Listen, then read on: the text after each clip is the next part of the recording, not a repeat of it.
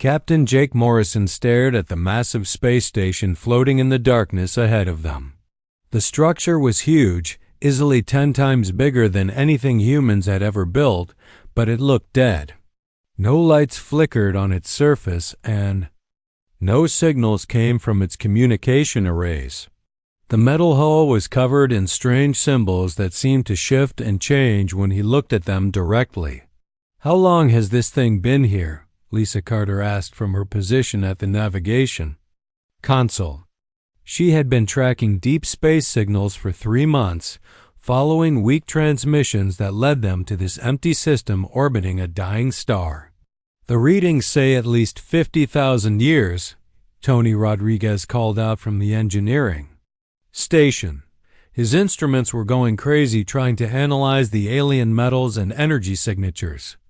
"Maybe longer, but the radiation from that dead star is making it hard to get exact numbers." Dr. Amanda Foster looked up from her xenobiology equipment with excitement in her eyes. "This is incredible, Jake. We are looking at the first proof that advanced alien life existed in this galaxy long before humans ever left Earth. The scientific implications are enormous." Jake nodded and gave the order to dock with the station. The U's horizon moved slowly toward the alien structure, its hull creaking under the stress of the gravitational field surrounding the ancient facility.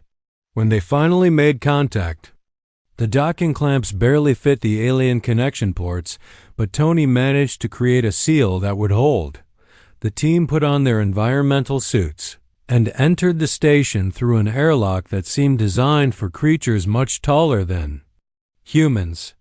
The corridors were wide and high, with a strange blue light that came from panels built into the walls. The air was breathable but thin, and their boots echoed loudly in the empty passages. "Look at these markings," Amanda said as she ran her scanner over the wall symbols. "They are not just decorative. These are some kind of information storage system, like a computer but built into the structure itself." They walked deeper into the station until they found what looked like a central control room. Banks of alien computers lined the walls, there, screens dark and cold. But when Lisa touched one of the control panels, the entire room suddenly came to life. Lights flashed, screens activated, and a low humming sound filled the air. "I think I woke something up," Lisa said nervously as data began flowing across the screens in languages none of them could read. Amanda quickly connected her translation equipment to the alien systems. The process took several hours, but gradually, the strange symbols began to make sense. What they found made all 4 humans stop breathing for a moment. The station was a database. Not just any database, but a record of every intelligent species that had ever existed in the known universe. Millions of entries stretched back through time, cataloging civilizations that had risen and fallen long before Earth even had life on it. Each entry contained detailed information about a species, including their technology level, their military strength, their cultural development, and something called a threat rating. Most species had ratings between 1 and 3. Some aggressive ones reached 4 or 5. A few military empires had achieved ratings of 6 or 7. "Jake, you need to see this," Amanda called out, her voice shaking. She had found the entry for humans. The human entry was different from all the others, where most species had pages of detailed analysis. The human file was marked with warning symbols in dozens of different alien languages. The threat rating was not a number from 1 to 7 like the others. It was 10. Lisa read the translated text aloud. Species designation, human. Origin, Sol system, 3rd planet. Classification, final boss entity. Threat level, maximum. Recommendation: to all observer species, avoid contact at all costs. Do not engage under any circumstances. This species represents an existential threat to galactic stability. Tony looked confused. Final boss entity, what does that mean? Amanda continued reading through the database entries. It appears to be a gaming reference that these aliens adopted. In their classification system, most species are regular enemies, with predictable behavior patterns. But a final boss is something different. It is the ultimate challenge that appears at the end, something that breaks all the rules and cannot be defeated by normal means. The database showed that humans had been under observation for over 200 years. Every major war, every technological breakthrough, every social development had been recorded and analyzed by hidden alien watchers. The nuclear weapons tests of the 1940s had triggered the final boss. Classification. Jake felt a chill run down his spine as he realized what this meant. They have been watching us this whole time. Every move we made, every weapon we built, they recorded it all and decided we were too dangerous to contact. The most disturbing part was the timestamp on the last update to the human file. It was dated just 6 months ago, right around the time the UES Horizon had launched on its deep space mission. Someone or something was still watching them, still updating their file, still maintaining their classification as the final boss of the universe. As they prepared to download the database and return to Earth, Jake wondered what would happen when humanity finally met these observers face to face. If they truly believed humans were final boss material, would they try to eliminate the threat before it could spread beyond Earth's solar system, or would they simply keep watching and waiting for the final battle to begin? Commander Zethka floated in the observation chamber deep beneath the Pacific Ocean, her gills filtering the specially treated water as she watched the human naval exercises taking place far above. The Kalari had been monitoring Earth's oceans for 3 centuries, using hidden bases built into underwater mountain ranges that humans had never explored. The footage playing on her bioluminescent display screen showed human submarines conducting war games off the coast of California. What disturbed Zethka was not their weapons or their tactics, but their complete disregard for what other species would consider acceptable losses. She watched as human crews practiced emergency procedures that involved flooding compartments with their own people still inside. They sacrificed themselves without hesitation. Her aide flowing current of doubt observed, his voice carrying the harmonic frequencies that made Kalari speech sound like singing to other species. No other species in our database shows such willingness to die for tactical advantage. Zethka had reviewed thousands of hours of human naval warfare spanning back to their wooden sailing ships. The pattern was always the same.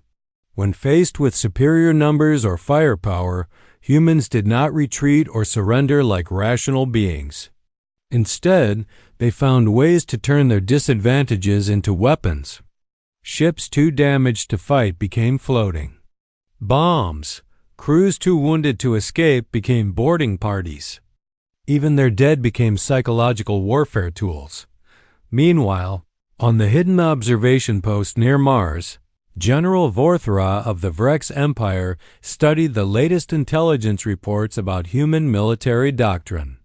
The Vrex considered themselves the galaxy's premier warriors, a reptilian species that had conquered 40 star systems through superior firepower and discipline. But the human files made even Vorthra's battle-hardened scales crawl with unease. His tactical display showed the progression of human warfare from clubs and stones to nuclear weapons in just a few thousand years. Most species took hundreds of thousands of years to make similar technological leaps.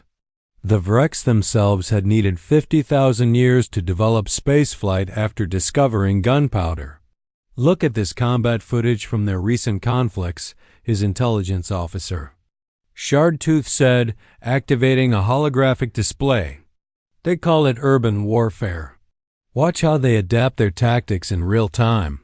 The footage showed human soldiers fighting in a destroyed city.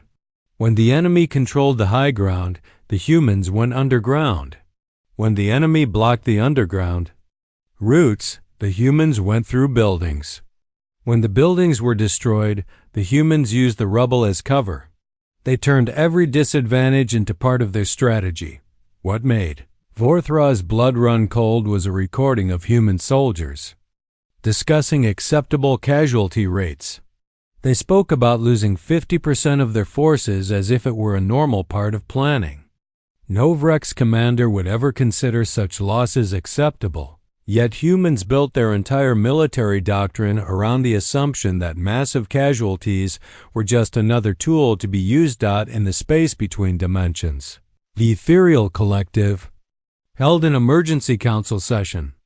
These ancient beings had evolved beyond physical form millions of years ago, existing as pure energy and consciousness. They had observed the rise and fall of countless civilizations across the galaxy, serving as neutral watchers who recorded history but never interfered. Elder Luminous 9 manifested before the council, her energy signature pulsing with colors that indicated deep concern. The human situation has reached a critical threshold, she announced, her thoughts resonating through the assembled consciousness.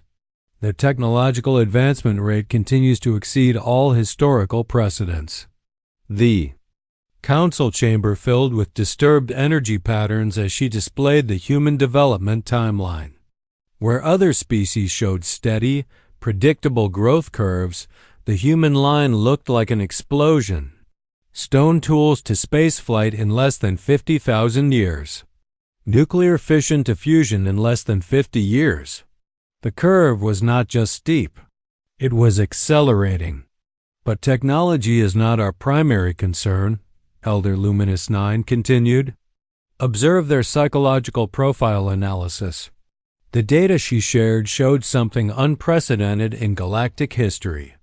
Every other species in their database became more cautious and risk-averse as they developed advanced technology. The fear of losing their progress made them conservative. Humans showed the exact opposite pattern. The more powerful their weapons became, the more willing they were to use them. Elder thought of distant stars. One of the oldest beings in the collective shared a memory fragment from the human nuclear age.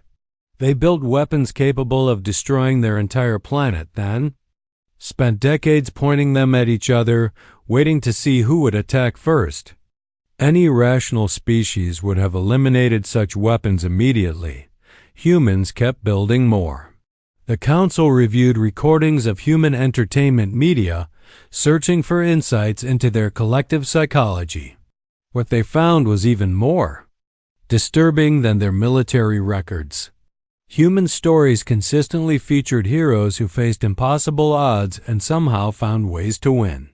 Their legends were filled with last stands, desperate gambles, and Pyrrhic victories that other species would consider defeats. They do not just accept the concept of mutually assured destruction, Elder Luminous 9 explained to the council. They embrace it as a valid strategic option. They are the only species we have encountered that views their own extinction as an acceptable price for defeating an enemy. The evidence kept mounting. Human sports involved people deliberately hitting each other for entertainment. Their exploration efforts sent volunteers on one-way missions to other planets. Their medical research used their own species as test subjects. Every aspect of human culture showed the same pattern of acceptable risk levels that would terrify other civilizations. Elder Memory of First Light shared the most recent intelligence reports. They have now achieved faster-than-light communication and are close to developing FTL travel. Once they leave their solar system, containment will become impossible. The Council's energy patterns shifted to frequencies associated with grave decision-making. For millions of years, they had maintained strict neutrality, never interfering with the natural development of species. But humans represented something new, something that threatened the stability of the entire galactic community. As the Council debated their options, monitoring stations throughout the galaxy continued recording human activities. The Kalari tracked their ocean exploration efforts. The Vrex analyzed their military exercises. Dozens of other species maintained their own secret observation posts, all feeding data into the vast network that had classified humans as a final boss entity. None of them knew that far out in deep space, the crew of the UES Horizon had already discovered their secret database and learned the truth about their classification. The Watchers were still focused on Earth, still analyzing human behavior patterns, still trying to predict what these dangerous creatures would do next. They had no idea that the final boss had already begun moving. The pirate attack came without warning as the human colony ship, New Horizon, drifted through the outer edges of the Alpha Centauri system. Captain Ben Hayes was reviewing supply reports when the first energy blasts struck his escort vessel shields, sending vibrations through the hull that made his coffee mug dance across the desk. "Multiple contacts, sir," Lieutenant Karen White called out from the tactical station. "At least 6 ships, configuration unknown. They are targeting the colony vessels." Ben moved to his command chair and activated the ship's communication system. "All hands, battle stations. This is not a drill." The used Defender had been escorting 3 colony ships, carrying 15,000 settlers to humanity's second interstellar settlement. The pirates had chosen their target well. Chief Warrant. Officer Carlos Mendez studied the tactical display with the eye of someone who had fought in every major human conflict of the past 20 years. "Something is not right about this attack. Captain, look at their formation and timing." Ben examined the data flowing across his screens. The pirates were good, better than they should have been. Their ships moved with military precision, their weapons were top-grade military hardware, and their attack patterns showed advanced tactical knowledge. Most importantly, they seemed to know exactly where the human convoy would be. "These are not random raiders," Karen observed, her fingers dancing over the tactical controls. "They have been planning this for months. The question is how they got such accurate intelligence about our route." The battle began in earnest as the pirate ships closed distance. Their vessels were larger and better armed than the small human escort force, and they clearly expected a quick victory. What they got instead was their first lesson in human military doctrine. Ben did not order his ships to form a defensive screen around the colony vessels as the pirates expected. Instead, he sent the used Defender directly toward the enemy formation at maximum speed while ordering the colony ships to scatter in different directions. "Sir, we are outnumbered 6-1, Karen warned as enemy fire began impacting their forward shields. "Good," Ben replied with a grim smile. "That means they will all be focused on us instead of the civilians." Carlos launched a spread of nuclear missiles, not at the enemy ships but at the space between them and the colony vessels. The detonations created a temporary radiation barrier that would interfere with sensors and communications. It was a tactic no other species had ever used because it required operating in a radiation field that would kill most life forms. Humans had been living with nuclear radiation for centuries. The pirate formation began to break apart as individual captains lost contact with their commanders. This was exactly what Ben had hoped for. Coordinated enemies were dangerous, but confused enemies made mistakes. The used Defender's sister ship, the Guardian, commanded by Captain Susan Blake, used the distraction to attack the pirates from an unexpected angle. Her vessel was smaller and lightly armed, but she had loaded the cargo bays with mining explosives from the colony supplies. "Ben, I am making a run at their flagship," Susan announced over the communication channel. "My engines are damaged and I cannot maintain speed much longer." Ben realized what she was planning and felt his stomach drop. "Susan, no. We can find another way." "The colony ships need time to escape," she replied calmly. "Besides, these pirates chose the wrong species to mess with." Susan accelerated directly toward the largest pirate vessel, her ship's hull glowing red from heat buildup as damaged systems overloaded. The pirates tried to destroy her ship before impact, but she had rerouted all power to forward shields. The Guardian struck the pirate flagship just behind the bridge, and the mining explosives in her cargo bay detonated simultaneously. Both ships disappeared in a brilliant flash that temporarily blinded sensors throughout the battle zone. The remaining pirates suddenly found themselves facing opponents who had just demonstrated the human concept of acceptable losses. These were not creatures who would surrender when outnumbered or retreat when faced with superior firepower. These were beings who would sacrifice their own lives without hesitation to protect their people. Carlos took advantage of the pirates' shock to launch boarding pods at 2 of their ships. The assault teams were led by Sergeant Danny Murphy, a veteran who had trained specifically for zero-gravity combat in hostile environments. What happened next would be analyzed by alien military strategists for decades to come. Instead of trying to capture key areas of the pirate ships, the human boarding parties focused on psychological warfare. They disabled life support systems, cut power to specific sections, and used the ship's own communication system to broadcast recordings of human war cries and battle songs. The pirates had expected to fight soldiers. Instead, they found themselves trapped in darkened corridors with creatures who seemed to enjoy the chaos of close combat. Human boarding tactics involved using the enemy's own ship as a weapon against them. They are not fighting like any species. In our database, one pirate captain transmitted to his remaining allies before his ship went dark. The tide of battle turned completely when the colony ship settlers decided to join the fight. These were not military personnel but farmers, engineers, and families seeking a new life among the stars.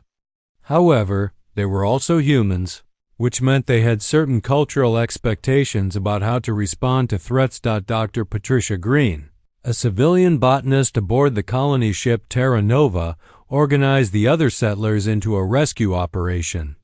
They rigged cargo shuttles with improvised weapons and launched toward the pirate ships that were still fighting the U.S. Defender.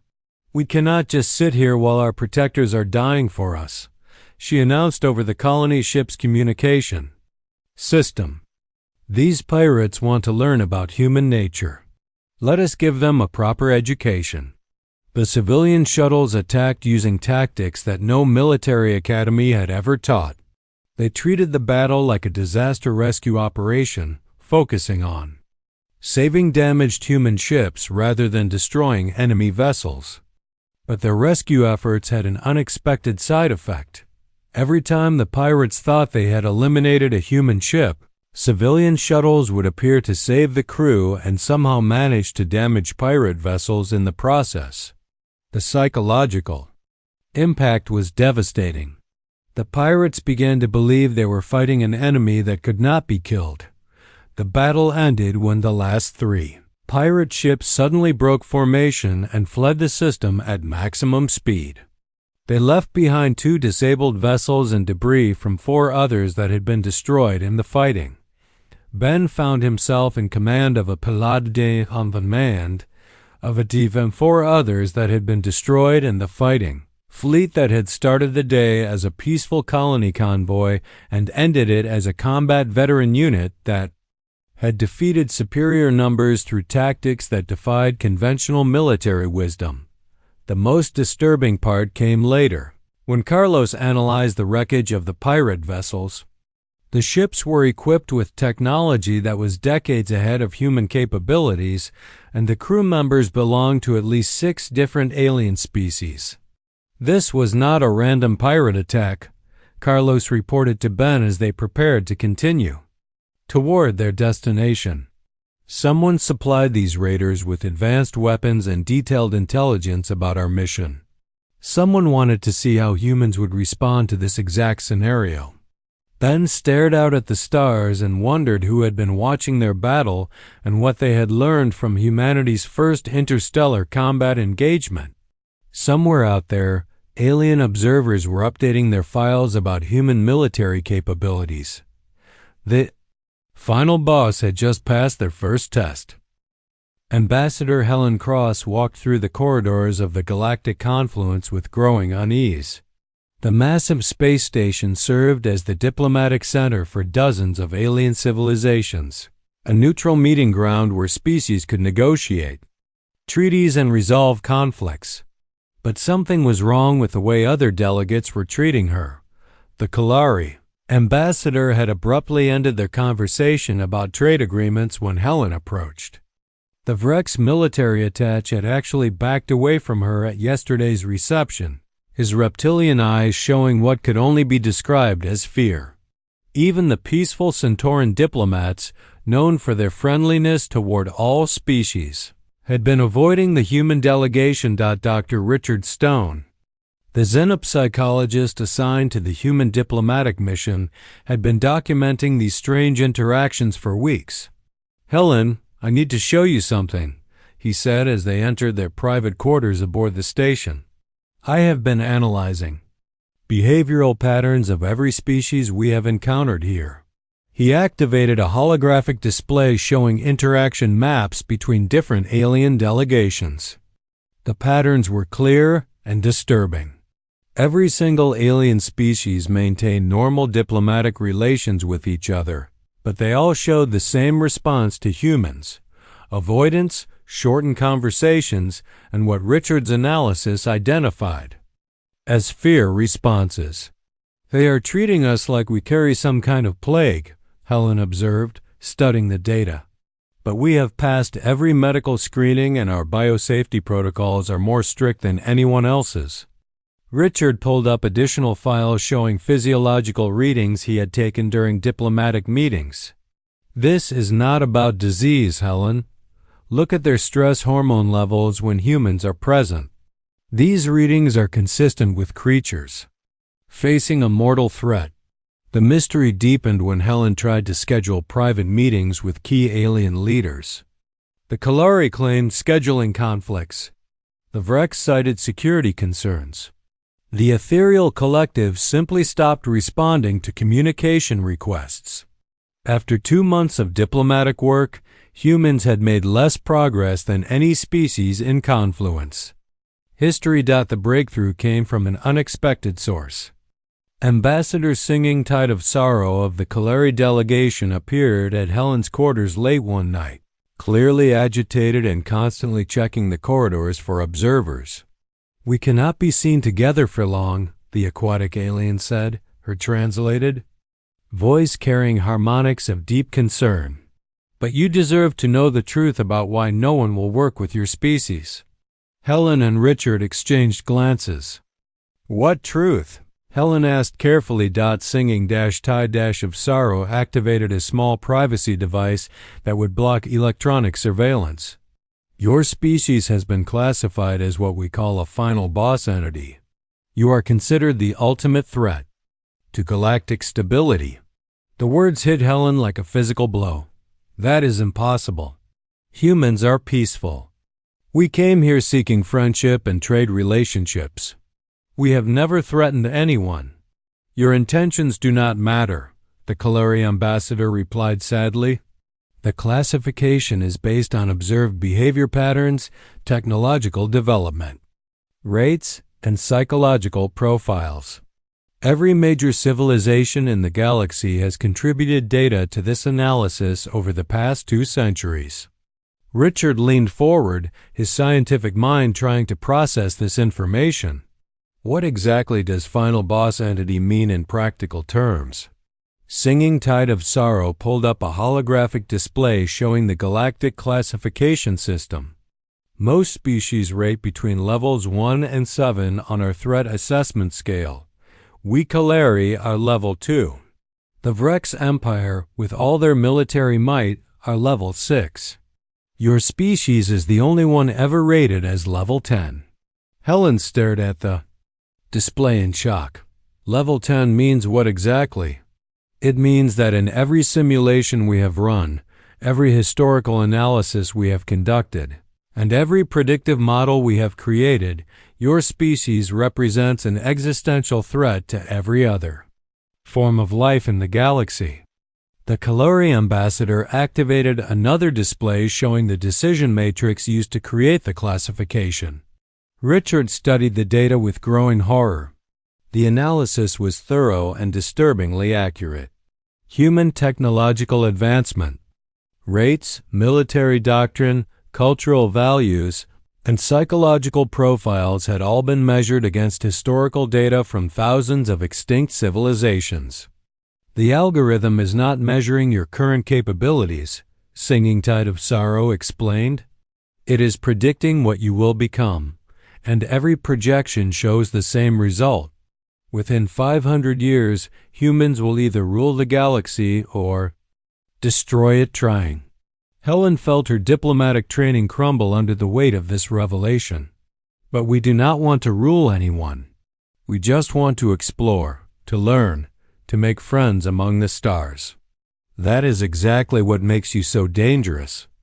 The Kalari replied, aggressive species are predictable.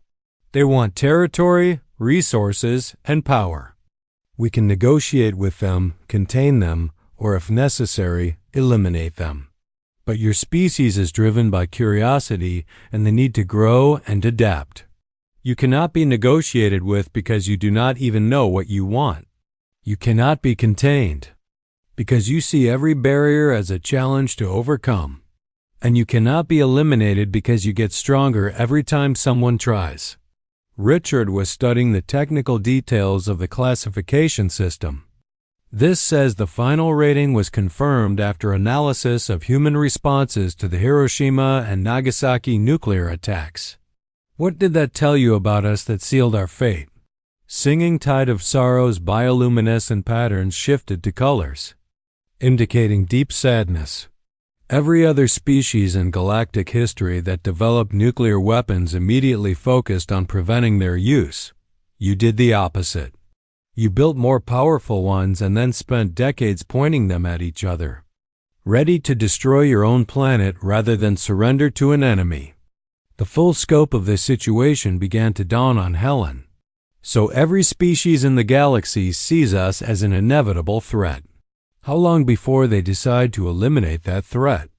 The debate has been ongoing for 50 years, the Kalari ambassador admitted. Some advocate for immediate action while you are still confined to one solar system. Others argue for continued observation. A few believe that contact and integration might be possible. Richard looked up from the data he was analyzing. What changed recently? Why are you telling us this now? Singing Tide of Sorrow's patterns shifted to indicate urgent warning. Because word has spread about the pirate incident in the Alpha Centauri system. Your military response to that attack has eliminated any remaining hope for peaceful coexistence. The coalition is forming. Helen felt the room spin around her. What coalition? 47 major civilizations have agreed to join the Containment Alliance. They are mobilizing the largest military force in galactic history with one goal: to prevent humanity from spreading beyond your solar system. The weight of the revelation crashed down on both humans. Their species had been judged and condemned by civilizations they had never met, using criteria they had never understood. Worse, their recent actions in defending their own people had only confirmed the aliens' worst fears about human nature. When? Helen asked quietly. The fleet is already assembling. They will reach your solar system within 6 months. Richard was still processing the technical data. Helen, look at this. The classification system shows that final boss entities have one thing in common.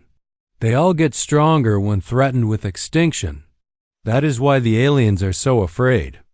They know that attacking us might just make us more dangerous. Singing Tide of Sorrow confirmed his analysis. That is correct. Every historical final boss entity that was attacked became more powerful as a result. But the Alliance believes they have no choice.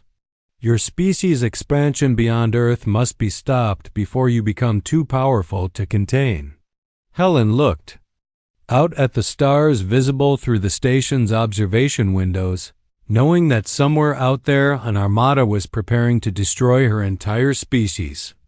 The final boss classification had become a self-fulfilling prophecy. By marking humans as the ultimate threat, the galaxy had ensured that the ultimate confrontation would occur. The final boss was about to face the entire galaxy in battle. Supreme Admiral Rex Thompson stood before the holographic display in Earth Defense Command, watching as red dots representing alien warships appeared throughout the outer solar system. The intelligence reports from Ambassador Cross had given humanity 6 months to prepare for the largest military force ever assembled in galactic history. Now that time was almost up. Final count, Admiral, Lieutenant Commander Patricia Williams reported from her position at the tactical station. 4,700 alien vessels from 47 different civilizations. Our deep space reconnaissance shows they have enough firepower to crack planets. Rex studied the tactical display with the calm expression of someone who had spent 30 years preparing for impossible battles. The human fleet consisted of 83 ships, most of them converted civilian vessels pressed into military service. On paper, the fight was hopeless. In reality, Rex was not sure the aliens understood what they were dealing with. President Martha Johnson entered the command center accompanied by the Joint Chiefs of Staff. Her face showed the strain of leading humanity through its first existential crisis, but her voice remained steady. Admiral, what is our status? We are as ready as we can be, Madam President, Rex replied. Every ship in the fleet has been modified with the new defensive systems. Our personnel are trained and in position. More importantly, we have some unexpected allies. General Frank Turner, the chairman of the Joint Chiefs, activated another display showing the space around Earth. The aliens made a critical error in their intelligence gathering. They assumed human space was empty except for our official colonies. They were wrong. The display revealed dozens of small outposts and hidden bases scattered throughout the solar system and beyond. These were the settlements built by human outcasts, criminals, separatists, and adventurers who had left Earth to build their own communities in the void between worlds. Dr. Alan Cooper, the strategic analyst who had designed humanity's defense plan, stepped forward to explain. For the past century, humans have been establishing unauthorized settlements in asteroid belts, around gas giant moons, and in the empty space between star systems. The aliens never detected these communities because they were looking for official government colonies. Captain Gary Lewis had commanded deep space patrol missions for 15 years, making contact with these hidden human settlements. They call themselves the Voidborn, and they are not exactly friendly with Earth's government. But when they learned about the alien invasion fleet, they volunteered to help defend the species. The Voidborn represented everything about humanity that made other species uncomfortable. They lived in environments that would kill most life. Forms built their technology from salvaged parts and raw determination, and survived by adapting to conditions that no rational being would consider habitable. How many ships can they provide? President Johnson asked. That is the wrong question, Madam President, Gary replied. They are not providing ships. They are providing something much more valuable. They are providing knowledge about how to fight in environments where normal military doctrine does not apply. Admiral Lisa Rodriguez, commander of the Space Fleet, brought up detailed tactical plans on the main display. The aliens expect to fight a conventional space battle against Earth's official military. Instead, they are going to encounter a distributed defense network that extends throughout the solar system and beyond. The plan that emerged from months of desperate preparation showed the kind of creative problem-solving that had earned humans their final boss classification. Instead of meeting the alien fleet in open battle, human forces would use the solar system itself as a weapon. Mining stations in the asteroid belt had been converted into missile platforms. Research outposts on the outer planets were now communication relay stations that would coordinate attacks across billions of miles of space. Even civilian transport. Ships had been modified to serve as automated rams loaded with nuclear warheads. "The aliens are expecting us to defend Earth," Dr. Cooper explained to the assembled leadership. "But we are not going to defend anything. We are going to attack everything." The strategy was pure human thinking. Instead of protecting fixed positions, they would turn the entire solar system into a combat zone where every asteroid, every moon, and every piece of space debris could potentially be a weapon. The aliens would find themselves fighting not just the human military, but the entire human civilization. Patricia Williams had spent months analyzing alien fleet compositions and tactical doctrines. Their formations are designed for conventional warfare between organized fleets. But look at what happens when we introduce chaotic elements. Her simulations showed the alien response to unexpected threats. When human forces attacked from multiple directions simultaneously, alien commanders struggled to maintain coordination. When humans used unconventional weapons like guided asteroids and solar radiation focusing arrays, alien defensive systems failed to adapt quickly enough. The most disturbing element of the human defense plan was its casualty projections. Traditional military doctrine aimed to minimize losses while achieving objectives. The human plan accepted massive casualties as an inevitable part of defeating a superior enemy. "We project losing 60% of our forces in the first phase of battle," Admiral Rodriguez reported matter-of-factly. "But those losses will accomplish two objectives. They will disrupt alien formations and provide intelligence about enemy capabilities."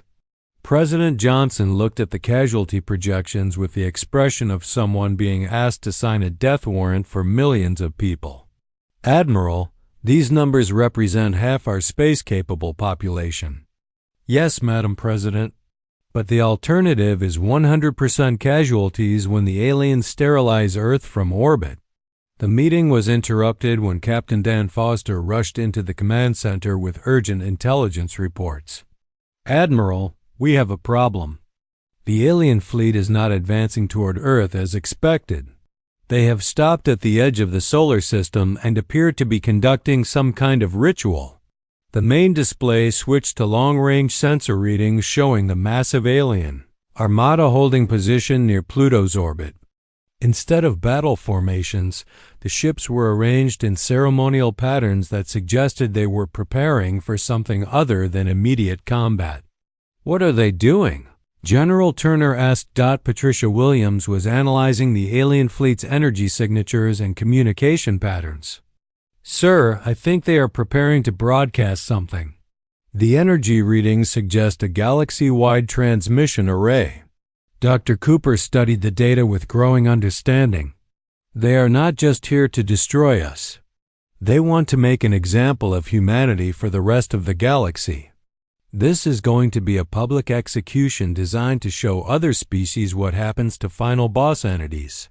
The realization changed everything about their defensive planning. The aliens were not just trying to eliminate a threat. They were staging a demonstration of galactic unity against the ultimate enemy. Every civilization in the galaxy would be watching as humanity faced extinction. Rex looked around the command center at the faces of people who had spent months preparing for a battle they expected to lose. But something had changed in their expressions. The knowledge that they were fighting not just for survival, but for the right of their species to exist had transformed fear into determination. "Ladies and gentlemen," he announced to the assembled leadership, "it appears we are not just defending Earth. We are representing humanity in what may be the most important battle in galactic history." President Johnson stood and addressed the room. "Then we had better make sure we give them a performance they will never forget." Outside the command center, the final preparations continued. Human ships moved into position throughout the solar system while void-born settlements powered up weapons that had never been tested in combat. In hidden bases throughout human space, volunteers prepared for missions they knew they would not survive. The final boss was ready to face the galaxy. The alien armada began its advance toward Earth with the confidence of beings who had never known defeat. Admiral Connor Mitchell watched from the bridge of the UES Liberty as 4,700 enemy ships moved through the outer solar system in perfect formation, their combined firepower enough to sterilize entire worlds. All human forces, this is Liberty Actual, Connor transmitted across the fleet communication network. The galaxy is watching. Show them why we earned our reputation.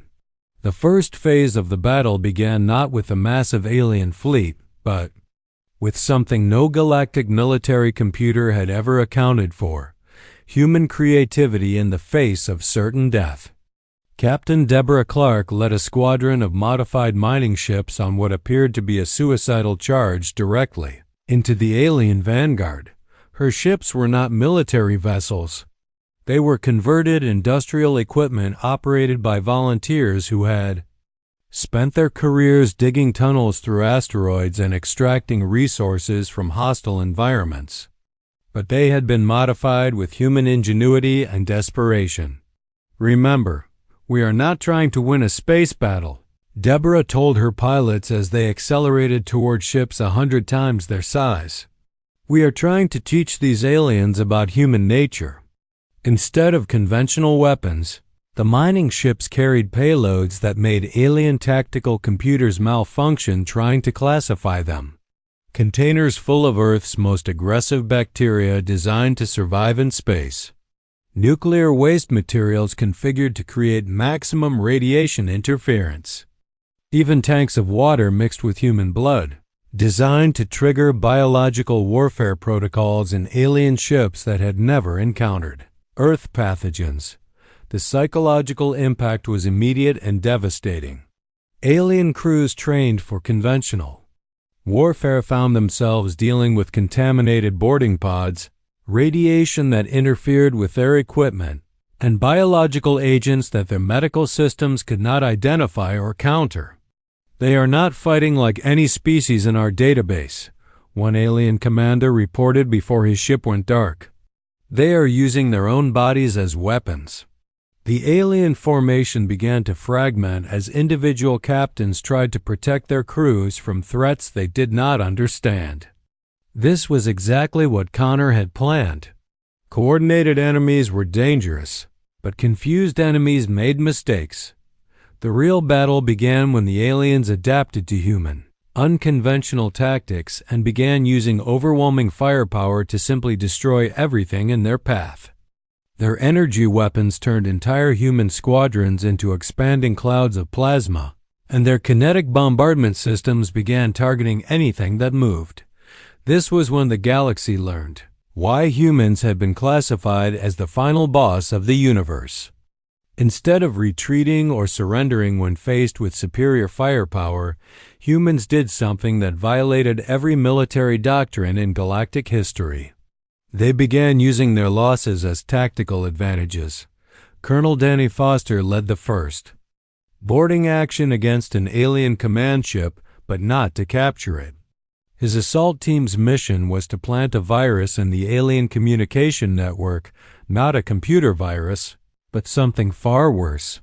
"All teams begin transmission," Danny ordered as his soldiers fought through alien corridors.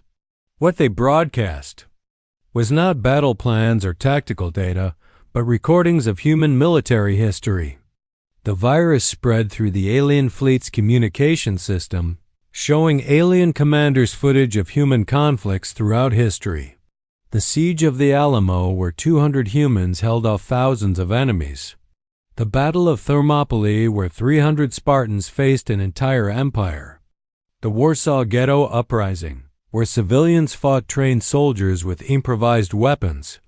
But the recordings that broke alien morale were the recent battles. Human forces in the Alpha Centauri system sacrificing themselves to protect civilians.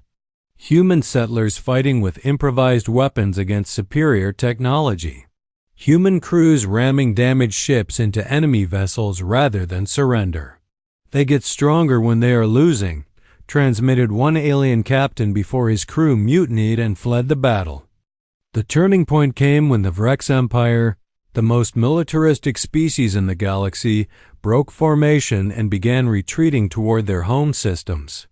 Their commander, General Vorthra, had realized something that sent terror through his reptilian consciousness. The human forces they were fighting were not Earth's main military. According to their intelligence, most of humanity's population was still on Earth, protected by planetary defenses.